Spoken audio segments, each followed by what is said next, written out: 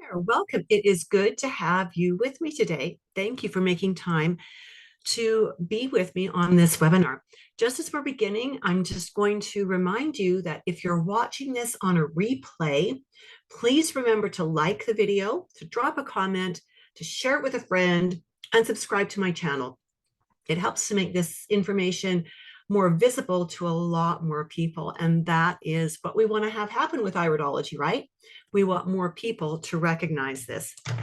It's good to see some familiar names on the participants list and to see some new names as well. Again, thank you for being here. Today, we are going to answer the question, actually 5 questions, the top 5 questions that all iridologists should be able to answer.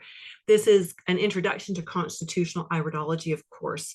So a little bit about me, because there are many different types of iridology out there, and I've studied a lot of them.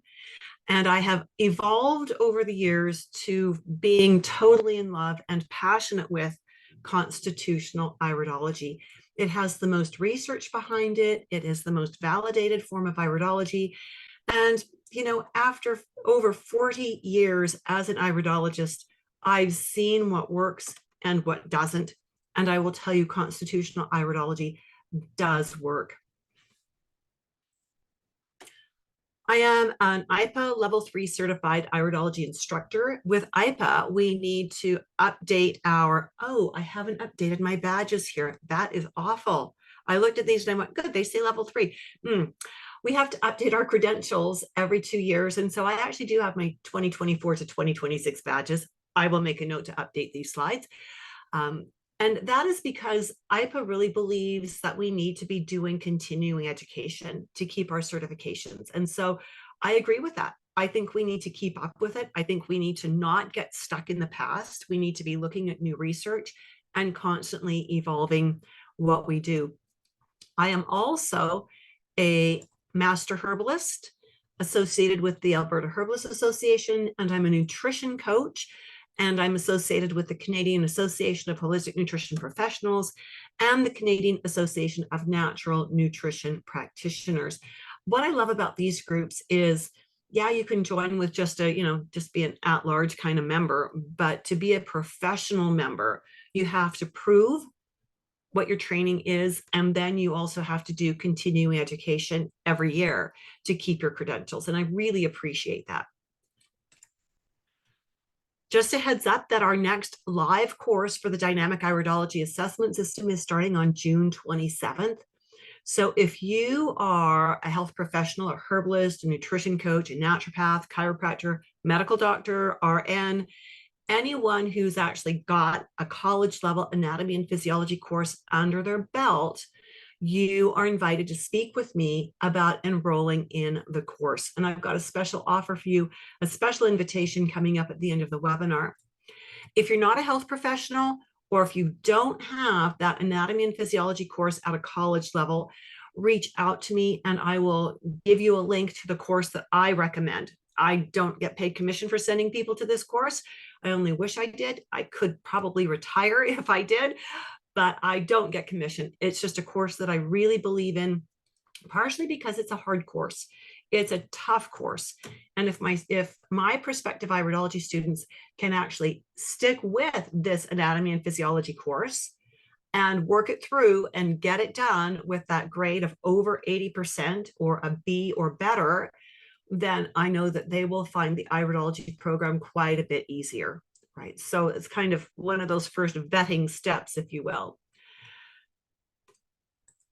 So this is what one of my recent grads said. This is Joyce Lee. She's a certified esthetician, a clinical aromatherapist, a chartered herbalist, and a nutritional consultant. She said, I took an iridology course from another school a few years ago, but I was left feeling inadequately trained and with no confidence in the material or my abilities to perform accurate assessments. Upon completion of Judith's course, I feel very confident in my abilities and excited to offer iridology services to my clients. This course is an incredible value, highly recommended. Really appreciate those kind words. So let's talk about the 5 questions. First off, what is iridology? Why does it work? What can it teach us?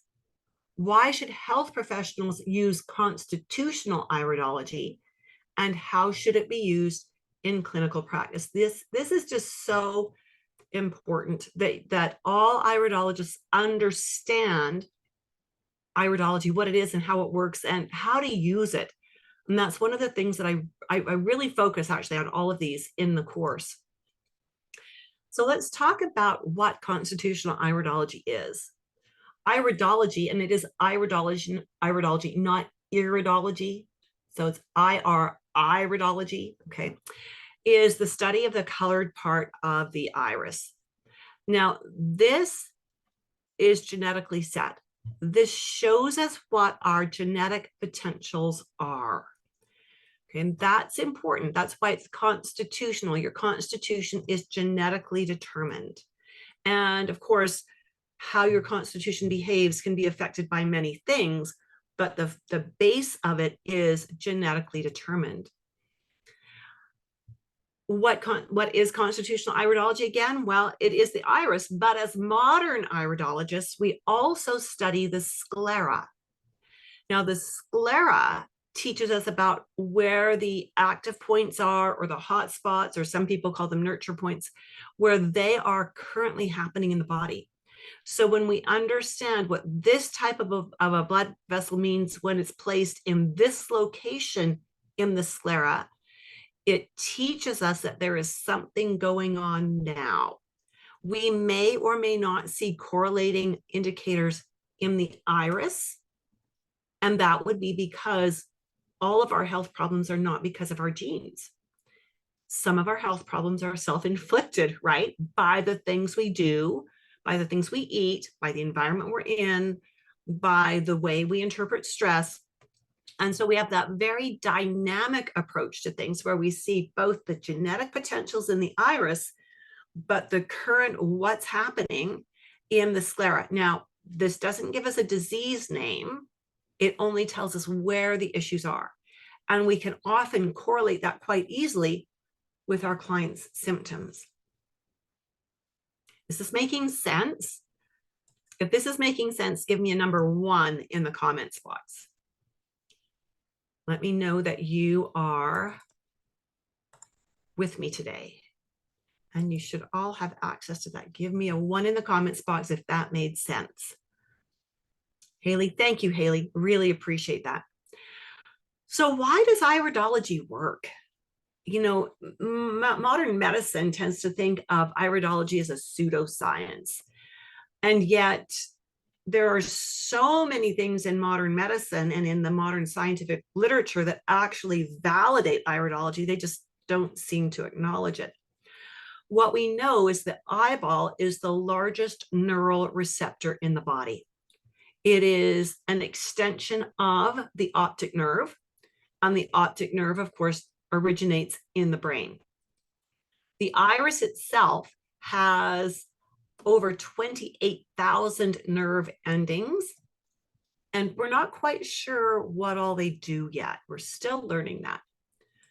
We know that the eyeball develops embryologically at the same time the brain and nervous system are developing. And so if there's a challenge that the brain and the nervous system know about, there is a little glitch.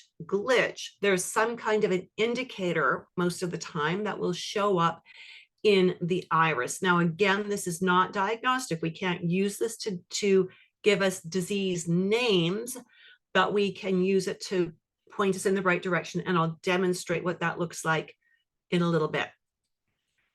So what we're looking for in the iris then is colors and patterns and the way the fiber is sitting to give us indications about this person's inherent potential. As we start to connect those markings within the iris with our clients' concerns and with their familial health history, we begin to understand why our client has the symptoms they have now. And it helps us to understand what can we recommend that might be helpful to them. Now, we need to remember that the eyes show us potentials. If this person is living on a super refined food diet with all kinds of nasty ingredients that they're consuming every day, they're probably going to see more of the negative side of their potential. But a person with that same set of eyes who is living a very healthful life, making appropriate food choices, appropriate lifestyle choices, using supplementation appropriately, may be able to completely prevent a lot of or many of the negative things that their eyes say they could encounter. So what can iridology teach us? This is one of my clients, and this is where we're focusing today, is teaching us a little bit about answering this question, of course. So the irides, again, teach us about inherent predispositions. This set of eyes tells us this person is predisposed to spending a lot of time reacting in the sympathetic nervous system. So you'll know that as fight, flight, or freeze, correct? And so when we know that, we instantly know that she internalizes her stress. With your study of anatomy and physiology, you understand what that does to the body, what kinds of nutritional demands that increases, what kinds of other symptoms we are likely going to see. Now, when we see someone with eyes like this, where we know they genetically are programmed to respond very acutely in stressful situations, we might want to go in and support those adrenal glands a little bit, right? We might want to give them some astragalus on a daily basis. Depending on how they're responding, if they go more into the fight and flight, we actually might instead want to go more towards the ashwagandha route. So still an adaptogen, but something that's a little more calming. If they're responding very acutely, less acutely, so they're going more into the freeze or the fawn states of adrenal expression, then we want to go more with the stimulating, with the astragalus. So we're looking at the eyes and considering where is our client and which direction do we want to take this. Now, this person is also predisposed to having her liver run the show. This could show up in a lot of ways. And this, again, is where understanding the body will really come into play. Because the liver does, last time I checked, 650 different jobs. Okay, when I went to university a lifetime ago, we knew about 50 things the liver did. And then about 20 years later, I went back and did a refresher anatomy and physiology course at a university.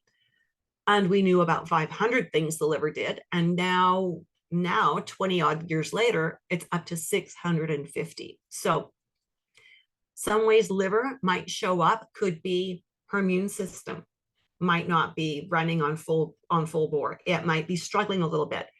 She might have some blood symptoms. Maybe she's running into a bit of anemia, especially. That could be a liver issue. She might have energy symptoms because of how the liver and the pancreas work together to regulate blood sugars. She might have allergies. She might have hormonal issues, right? Because the liver takes the carbohydrates, turns them into cholesterol. The body uses cholesterol to make all of our steroid hormones, which are well, a lot of them are our reproductive hormones, but there are other steroid hormones as well. And when those hormones have done their job, they come back to the liver to be detoxified, broken down, and eliminated. So if the liver's not happy, it could intervene in any of those steps. She might also have digestive issues because the liver is an auxiliary digestive organ. So knowing that, we really have to understand our anatomy and physiology to connect what we see in the eye with the client's symptoms. And when we understand that, we understand what questions we need to ask.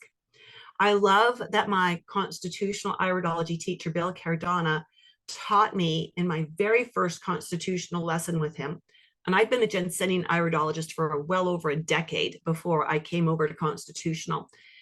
But he taught me the eyes don't give us the answers. They teach us what questions to ask. And that, to me, was a powerful moment of change in the way I thought about eyes. So this client specifically came in with recurring bladder infections and allergies. Well, her eyes suggest that she's got that increased predisposition because of the way her liver wants to do its job. And again, she might have a bit more of a risk towards immune things, which could be the bladder issues as well.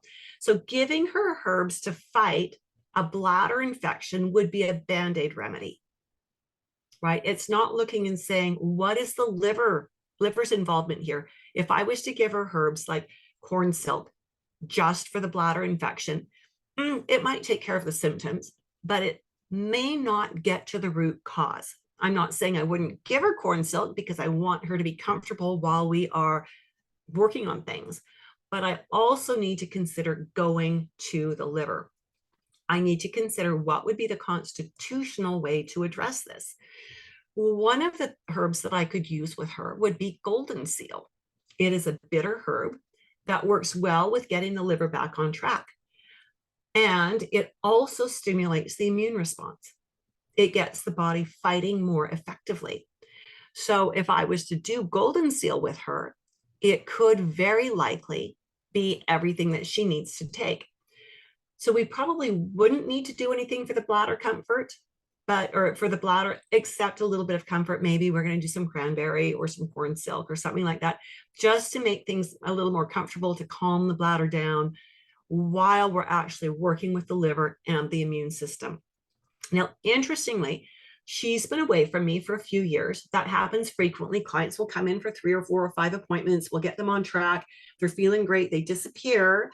But when things start to fall apart again, they come back. And they come back because they know I listen. They know I'm going to not just give them the same answer that every person who comes through my door gets. I'm going to give them a unique, individually crafted answer. So she came back to me quite in a panic. We're not surprised because she does respond that way. But she was breaking out in hives all over her body. Now, unfortunately, she waited too long to call me. She had kept thinking, this is going to go away, this is going to go away. And it got worse and worse and worse. And by the time she came, she was completely covered in hives, very itchy, painful, uncomfortable. And so she did end up, she did go and she did use some herbs, but she also went to an urgent care clinic and got a prescription for prednisone, which worked for her. Had she reached out to me initially, we might have been able to avert that. Prednisone is a useful drug, but it's also a very heavy duty drug. And it's not one you just take lightly without consideration of what's going to happen down the road from this. So, we might have been able to go in there and support her liver and her adrenal glands, nourish the adrenal glands to get them back on track, nourish the liver to get it detoxifying things properly. And that may have broken the cycle for her and got her back on track. So remember, constitutional iridology, no iridology actually gives us disease names. So that means we can't use it to diagnose a disease process. We can use it to understand what's going on in the body and to ask questions to help us come up with valid solutions and information.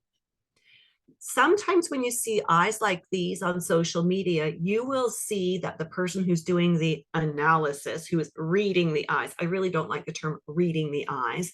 That makes it sound like voodoo, right? So you'll see people who are doing these analyses will describe a person like this as being toxic. They will say this person needs to cleanse. They'll say this person has a congested liver. They'll say these eyes look unhealthy. Now, we can't possibly make those assertions from just looking at the eyes. We need to have a conversation with our client to understand what their symptoms are.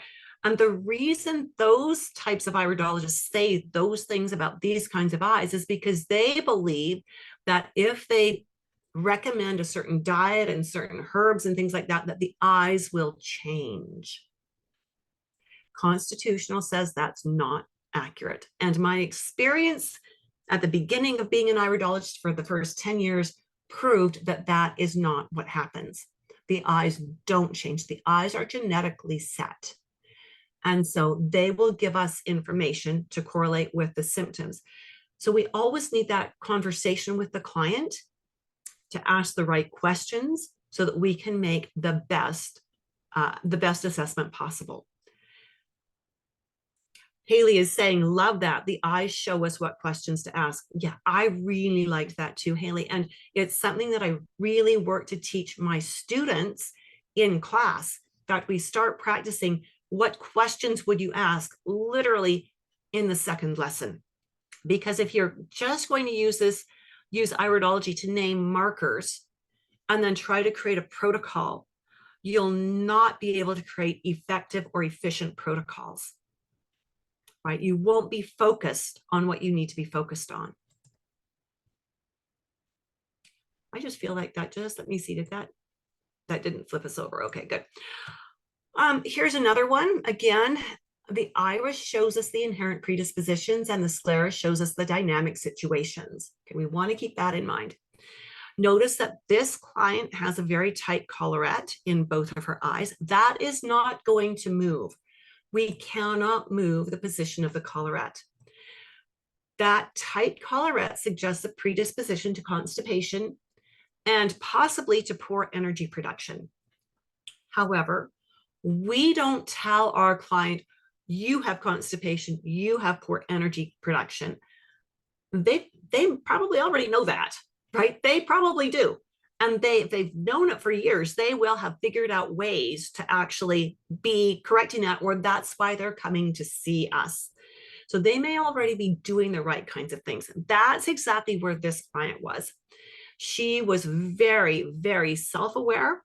She was very aware of what her body was doing. She had been doing some research, and this is way back before the internet. And so she found that she felt best, and she felt like her bowel worked the best, her whole GI tract worked the best if she ate small meals, if she had a lot of vegetables, very little grain product, and good proteins. So she was making really excellent choices for us to work from. We could build on that, easy to modify good choices. We weren't going to be changing her life a huge amount or her lifestyle a huge amount. We were going to be tweaking things for her. That's another good reason to have a conversation with your client, is to understand where are they starting from and where do they want to go, right?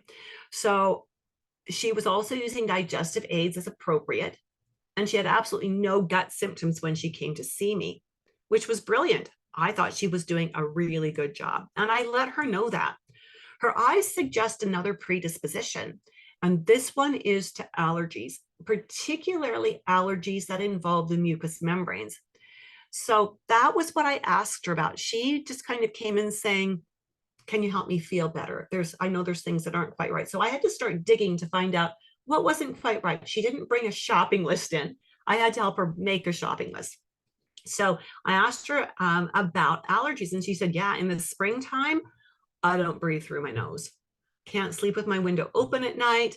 Everything just stuffs up, and I'm just a mess from, early April, May, June, and into early July.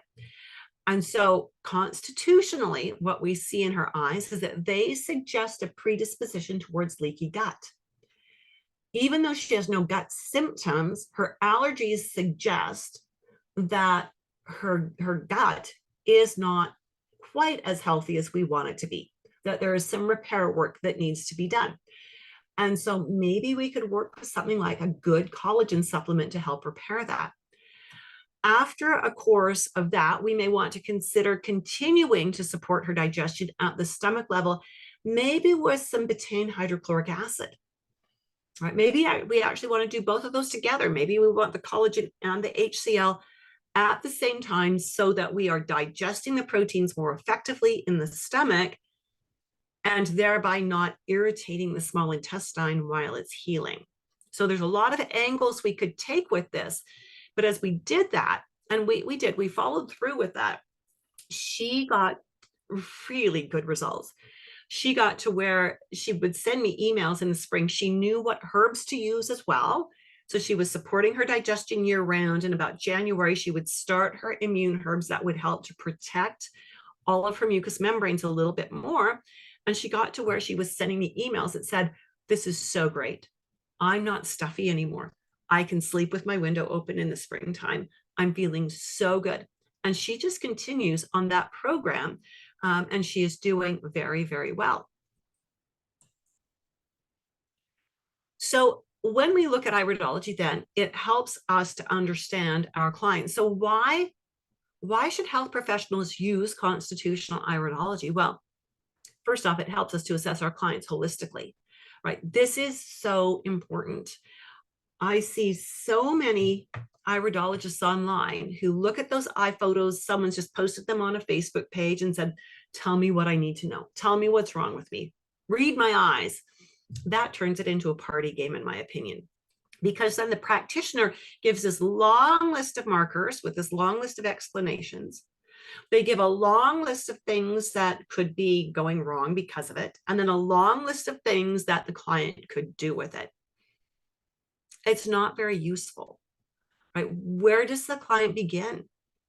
Well, the client's going to cherry pick the things they want to do, but those may not be the first things that should be done to create a really positive outcome.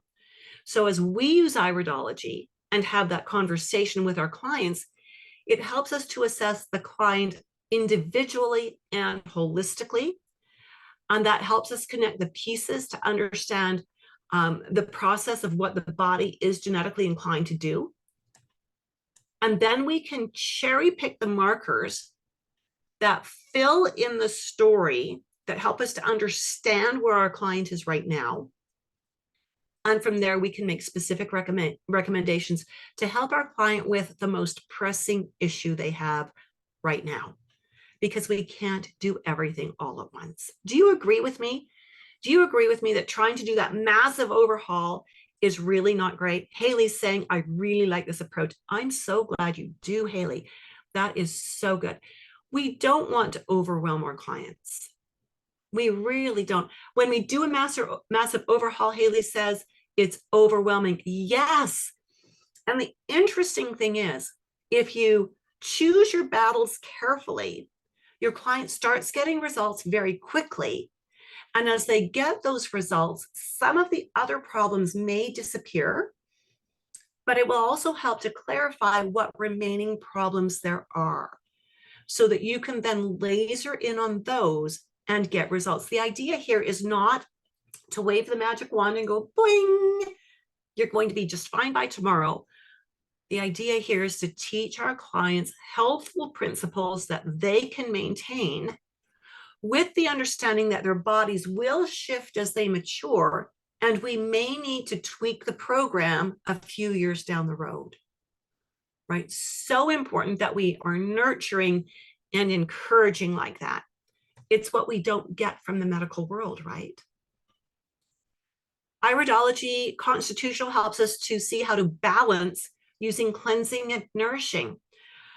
All right, I have a soapbox here, and that is that North Americans are cleanse happy. I don't know what it's like in the rest of the world, but here in North America, people seem to wear that badge proudly. I'm doing a cleanse, or I just did a 28-day cleanse, or I just did this detox. Like, it's something to be proud of.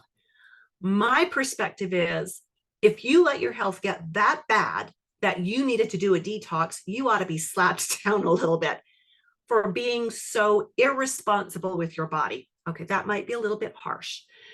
I don't believe, as a general rule, in doing these massive cleanses.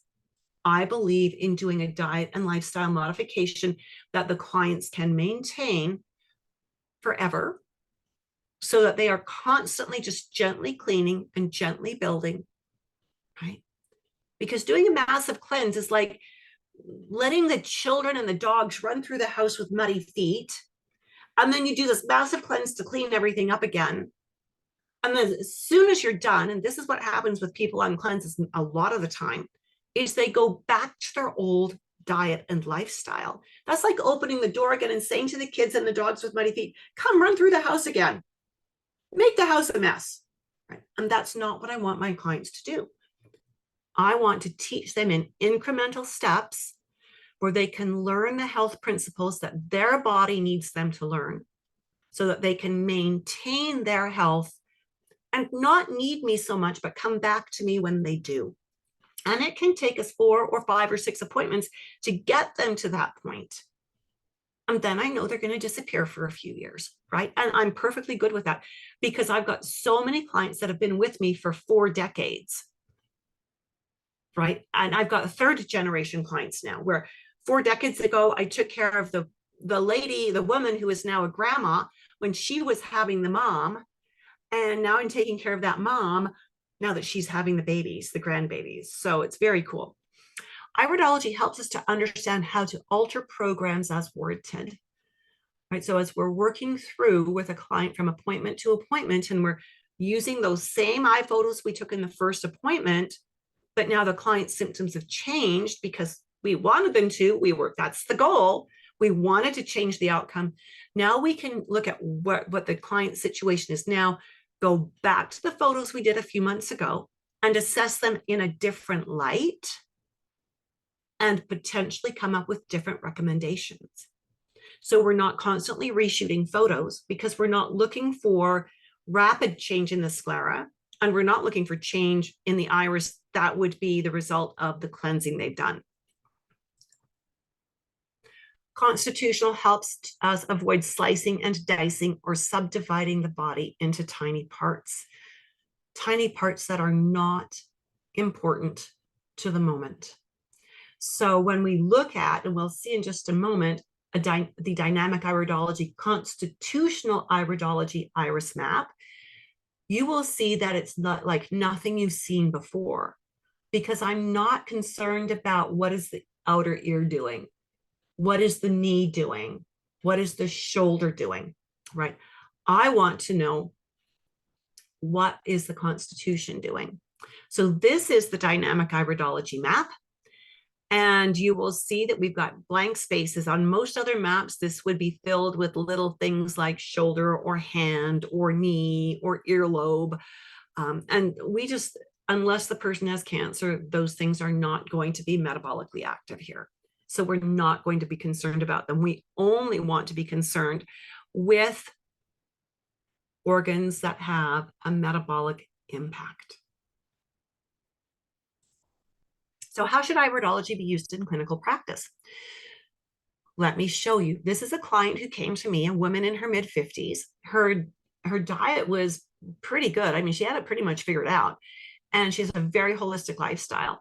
So she's eating whole foods. She's got lots of vegetables in there. She's got protein. She's got healthy fats. She exercises regularly. She understands the impact of stress. So she makes sure that she gets time to herself to really discharge any stress that she's experiencing. So when I looked at her eyes, her question was she wanted to get rid of hot flashes. She was just into perimenopause and she had done hormone replacement therapy. It was not working. She did not like the side effects. She wanted to get off it. So as I look at her eyes, again, I see that her nervous system may want to be a little bit tangled at some point in time. So I asked her some nervous system questions. I wanted to know, does she respond in the sympathetic response? Does she respond very acutely and aggressively when she's under stress? How does she sleep? What does she do to handle stress, to burn it off? And did she find that the hot flashes would get worse if she was under stress? And of course, she said, yes, they did. And I knew she would say that. Then her eyes tell me that her liver wants to run the show. And so I asked her if there were any problems digesting fats. She said no. I asked her if she had any anger issues or if she held on to a grudge. And we talked about situations where that might be what happens. She said no, she'd really learned to let go of that kind of emotion. And she was really feeling quite centered and quite balanced. The one dietary infraction that she had was that she was drinking a cup of coffee every day. So I recommended that she give up the coffee for 10 days, see how she felt. And then, depending on how she felt, she could decide what her next step would be. So she did give it up for 10 days. And she said she had fast improvement, like hot flashes became non-existent. She had warm waves and much fewer of those. And so I asked her, well, how do you feel about that? Because, the caffeine, specifically the caffeine, will be stressing the adrenal glands. That'll deplete the B vitamins. Adding B vitamins is not going to be enough to counteract all of the impact of coffee. It just simply isn't. The coffee itself, with its acid levels, is going to be hard on the thyroid, the stomach lining, the liver, the bones. I mean, there's so many negatives that coffee has for a woman who's in perimenopause. So I asked her what she was going to do about it, and she was thinking. Now, there's other things I see in here that suggest that in the recent years she hasn't been managing her carbohydrates well through the liver. That the liver has not been doing this job well. It's taking the carbs, but it's likely turning them into elevated cholesterol levels, which hasn't shown up in her blood work, but her eyes are saying, yeah, watch this. We're on our way there. That suggests some insufficiency in the circulatory system. We see some increased risks in her eyes of digestive challenges, which again, coffee does not help the stomach lining one little bit. We see some suggestions of spinal subluxations as well. But those were all issues for another appointment. They were not about the hot flashes, so I just wanted to let them sit. I wasn't going to overwhelm her in this. I wanted to focus on what she came in for, which was the hot flashes. So with this then, I asked her, what are you willing to do? And she said, my diet is good. My lifestyle is good. My only one vice, I don't even drink alcohol. My only one vice is coffee. And I'm not willing to give up that 1 cup a day. Sadly, I had to tell her I have nothing that will counteract the effects of coffee. We can try B vitamins, but I know from past experience from other clients, B vitamins alone will not be strong enough. And I don't want to load you up with a huge adrenal liver program to try to counteract coffee, because that doesn't make sense in my head to be giving remedies when you are persisting and shooting yourself in the foot, right? So we parted on good terms, and I just let her know if she was ever ready to go at this again, I would be here and I would be happy to help her with it and to give her some support in giving up the coffee. Here's another client of mine. So let's look at this one then. So these were the photos we took in 2014. And you can see that they're much darker now. There's a lot of people on social media who would look at this and go, look at the difference in the iris color. Wow, this guy's really done some cleansing. Good for him. And it's like, nope. This guy has done nothing like that. This was a different camera. This was an 8 megapixel digital camera. This is a 24 megapixel digital camera. This had an incandescent light. This has LED lights. So when we changed the tech, we changed the output on the pictures. That's really important to remember, right? So we can't use this as before and after. Maybe we can a little bit when we see sclera markings, whatever sclera markings we can see, we can compare that a little bit. But as far as the eyes go, no way. So with these bottom photos, when he came to me in 2014, he wanted to lose weight. He wanted to get healthy. Well, he didn't do much with it until 2022, when he went to the doctor for his annual physical and his blood sugars were elevated. The doctor said, you're pre-diabetic. We need to put you on some pre-diabetes drugs. And that got his attention. He had a little bit of weight to lose. He had some other problems. So they tried him on metformin. That gave him diarrhea. They switched him to Glumetza. That started to mess up some things. He has also had elevated blood pressure. So they put him on a diuretic, and that messed up his potassium levels. His cholesterol was slightly elevated. So they put him on mylan-torvastatin to bring that down. So we're starting that domino thing, where one drug leads to another, leads to another. Because of the blood pressure medication, he now needed sildenafil or Viagra to perform sexually. There we go. And so we've got all of these things happening. And then they also added the Glumetza wasn't balancing his blood sugars well enough. So they added Giardians to that. So he's like on how many medications for something that is a dietary problem, right? So his glomerular filtration rate was the low end of normal, which is not great because that means he's edging towards kidney failure or kidney disease. His hemoglobin A1C was 7.2. It should be under 5.7. So we started working with him. This time he listened. He didn't want to be on those drugs. We really worked with his diet.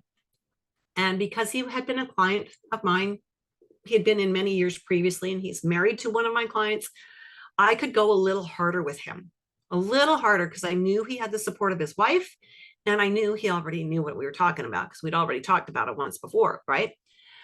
So we really looked at what was going on here. So we know that with everything that's going on, he's going to be prone to elevated systemic acid. So not digestive acid, but systemic acid. That's going to be aggravated even more by the low glomerular filtration rate. That's going to build the inflammation. That's going to increase the insulin resistance and increase the vasoconstrictors and the aldosterone that are coming from his adrenal glands. And potentially we see here that he likely has an underacid stomach. So what did we do with this? Again, we kind of hit him hard, for which I did not apologize. We got him to add a whole lot more vegetables to his diet because he was not eating his veggies. We added protein at breakfast time because protein within 30 minutes of waking up helps to stabilize the thyroid, which in turn filters down to stabilizing the blood sugars. We got rid of the coffee. In his vegetables, we increased his leafy greens tremendously. He had become very sedentary. So I suggested that he needed to get some resistance training, and he knew how to do that. He used to do it all the time. And because resistance training helps to reduce insulin resistance. We added some L-arginine to his program for vasodilation for NO2 creation. And we added berberine to reduce the insulin resistance, right? And get his blood sugars a little more stable. With all of this work, we now had him doing something physical 6 days a week. We were doing all the diet work. So after 3 months, his hemoglobin A1C had fallen from, what was it, 7.4 previously? 7.2 was down to 5.9 in 3 months. So his doctor said, you know what, you keep this up, we're going to take you off those blood sugar meds. But I noticed in this appointment that he was constantly clearing his throat. Right? So we tweaked his program a little bit, and we added some hydrochloric acid because that constant throat clearing is often from a hypoacid stomach. And we added a general enzyme for his digestion as well. I also suggest he should find a chiropractor who could assess him for a locked diaphragm, also known as a hiatal hernia, because that can also contribute to the throat clearing stuff. So he did all that. And about 3 months later, the doctor looked at his numbers, took him off the blood pressure med and the blood sugar meds. We've got that cholesterol coming down. It won't be long till he's off the blood sugar meds as well. So that's how we do it. We look at the eyes, correlate the eyes to the symptoms. And if the client brings in lab tests, even so much the better, because that gives us another layer of information. And then we ask questions, and then we create protocols, and we create protocols in a step-by-step process so that we are never overwhelming the client, and the client has a much better chance of being able to comply with what we have recommended. So how do we use Iridology? We use it to guide our questions, to help us create rapport, because we are only asking questions that are specific to that client. We're not asking that shotgun pattern that a lot of people have on an intake questionnaire. And we use Iridology to help guide and inform our recommendations. Here's another case, woman age 44. She had a diagnosis of polycystic ovarian syndrome. She already had 2 kids, ages 8 and 10. She didn't want more kids, but her weight was now up to 275 pounds. And she wanted to lose weight. She seemed unable to lose it because of the PCOS. She was growing hair where a woman shouldn't grow hair. She was experiencing fatigue, depression. She was on a prescription antidepressant. Her menstrual cycles were not regular, which is very common with PCOS. They were, about 6 weeks apart, if not more. She was born without an ileocecal valve. That's an interesting thing to note. She has rosacea, and she's worked with a nutritionist before, but she found that that nutritionist gave her a one-size-fits-all program. Everybody gets the same eating plan. So again, focusing only on markers that give us information about what she wants help with, we were able to trace things back to the roots. So she is a biliary constitution, which again means her liver wants to run the show. She is anxiety tetanic, which says her nervous system, she wants to function in the sympathetic nervous system. So she burns through B vitamins, vitamin C, calcium, and magnesium. She's got brown pigment spots in her eyes. That tells us she has an increased risk of the MTHFR defect. So we can't give her an unmethylated B vitamin. Her left ovary, right here, shows it doesn't want to do its job. And her right ovary right here says it also wants to have a problem. Now, that doesn't guarantee PCOS. It just says these ovaries have a genetic predisposition, and it's not necessarily a happy one. We also see in here what we call a fungal labyrinth. We see a tiny hint beginning of a fermentation sign. We even see a touch of a yellow haze in here.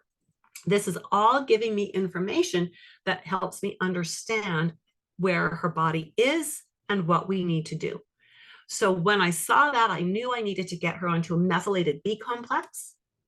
I knew I needed to get her on some N-acetylcysteine, both for the hormones for the PCOS, but also because of what I see that I suspect could be a bit of a liver involvement when we've got the pigment there for liver involvement.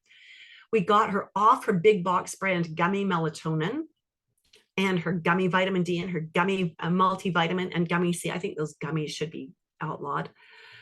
Her food intake was sporadic and sloppy. So we really had to start from scratch to establish good nutrition. So we had to start small. She wasn't hungry at breakfast time. She was typically having just soup or salad or sandwich on white bread for lunch. So I suggested, could she make the soup from scratch rather, using a homemade bone broth? And she was good with that. She loves cooking. Could she add tons of protein and veggies to that? Yes, she could. Supper, we really encouraged her to do more protein and veggies. She used to have rice with that, so we had her drop the rice, and we worked instead on adding more low-carb vegetables. We really encouraged her to get 2 liters of water per day, and I suggested that she start walking for 5 minutes after each meal. So she's going to walk 15 minutes a day, but just 5 minutes after each meal, and every week increase that by 2 minutes. By the time she got to the 4-week mark, she came in and she said she really liked the low carb. She said her digestion felt better, her energy was up, she could feel her body shape changing, and her clothes were much looser. She had lost 4 pounds. She stopped the antidepressant on her own. Now, I can't tell her to stop that, and I would not do that. That's way out of my scope of practice. But her husband, she said her husband says that he's noticed without the antidepressant, she is happier, she sleeps more peacefully, and she wakes up with better energy. So in that appointment to everything we were doing, we added collagen. 4 weeks later, we had her back in. She was down another 4 pounds. She was ecstatic. She had never lost 8 pounds consecutively like that. She was down 2 pant sizes. Her doctor was telling her that all her labs were the best they've ever been, and whatever she was doing, keep doing it. So we kept building her program slowly. In this appointment, we added some omega-3. In order to create programs in client sessions using Iridology, we must, number 1, understand what the client wants help with. Number 2, understand where they are right now. Number 3, understand how the body works, how the organs work together. This is why I insist that my students have a college-level anatomy and physiology course before they come to me, because I can take them deeper, faster, if they've got that. If they don't have that, I didn't used to require it, and students would drop out by about the 5th or 6th week because we were suddenly way over their head. And we need to also with everything that we're doing here, understand the importance for what to recommend and avoid overwhelming the client with too much information. So with the exception of anatomy and physiology, I teach you how to integrate iridology into what you do. And I teach you how to incorporate your nutrition background if you've got that, or your herbal background, or maybe you've got an aromatherapy background. I've had physical therapists that took this from a physical therapy point of view. And so we really work to help integrate it so that you can use it successfully. The Dynamic Iridology Assessment System course is the only live online fully mentored course for nutritionists, herbalists, naturopaths, RNs, EMTs, PTs, anyone who's got that anatomy and physiology course already completed and they want to work with clients in clinical care without sacrificing clinical care, but they want to do it more succinctly. Okay. Now on the A&P, it's not just me. Should you decide to take my course, and you decide you want to certify through the International Iridology Practitioners Association, they will need proof of that A&P. They'll either need to see a college transcript, or they will need to see licensure such as RN or ND or MD to prove that you've got that. So it's not just me. I'm getting ahead of the 8 ball with this. So the purpose of this dynamic iridology is to help you be able to do your assessment and your creation of your protocol in your paid client session, not create the protocols in your unpaid time and then bring that back. We never write reports the way I teach you to do this, because when we can create the protocol in our paid client sessions, it helps us to laser focus on what they need, keep the recommendations very succinct so that the client can actually do it. They only get the results they earn the right to have. So when you give them a succinct and focused protocol and they follow it and they get results, they want to come back for more because they love that you are moving them up the chain on their health levels. So, so important.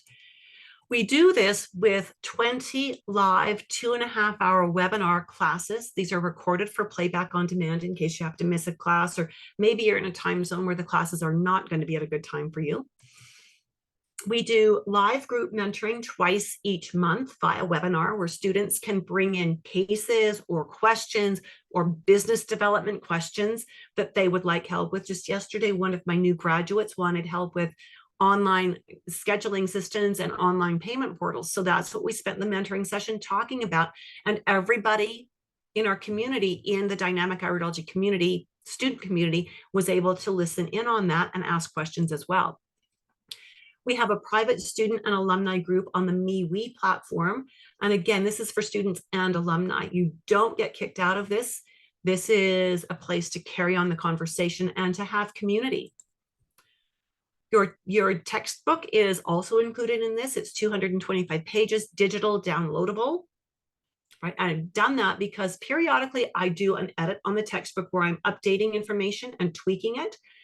With it being digital, I can make it available to all of my students, current and past, right? And I don't have to charge them for it, right? So that's in there, which is very cool. 45 pages of digital study notes. We call these the cheat sheets. And IPA certification mentoring. A lot of IPA iridologists, iridology instructors charge extra to mentor their students for certification. I do not. I include that for up to 10 months after your final class.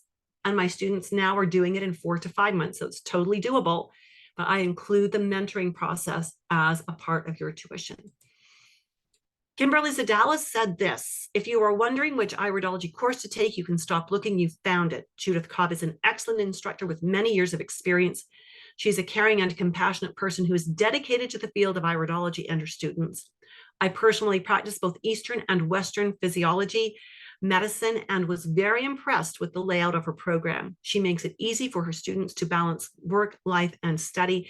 Kimberly has a master's degree in radiology, and she works as a radiology tech in clinics, plus she has her own holistic health clinic. So with that, if you've already got the A&P under your belt, and you are thinking, yep, I'm about ready to hop in, I want to get in on that June course, then you can do that. But you can only do that by talking with me personally. I've just posted the link no, I didn't. I cut that off. Sorry about that. Let's do this again and do it right this time. This is the link for you to schedule a time for you to chat with me over Zoom. The purpose of this call is multiple. Number one, to find out what your goals are. Number two, to make sure you've got the A and P. And number three, to make sure that you and I agree that we could work together, right? That this course is a good fit for you and it's what you're looking for. If it's not what you're looking for, if there's something in that chain that is not right, I'm not going to give you the registration link. Right? I'll coach you and I'll help you to get ready to receive the registration link at a future date. If, on the other hand, all of the ducks line up in a row and it looks like it's a good fit, it will meet your needs, we get along really well on this chat, then I'm going to provide you with the unique registration link for the June course and invite you to get enrolled. So if that sounds like something that you would like to do, then I invite you to grab that link from the chat box and let's have a conversation. If I've already had a conversation with you and you are thinking, yeah, now I'm ready, just grab that link again. Let's have another chat. Let's make sure we are on the same page and ready to get you enrolled.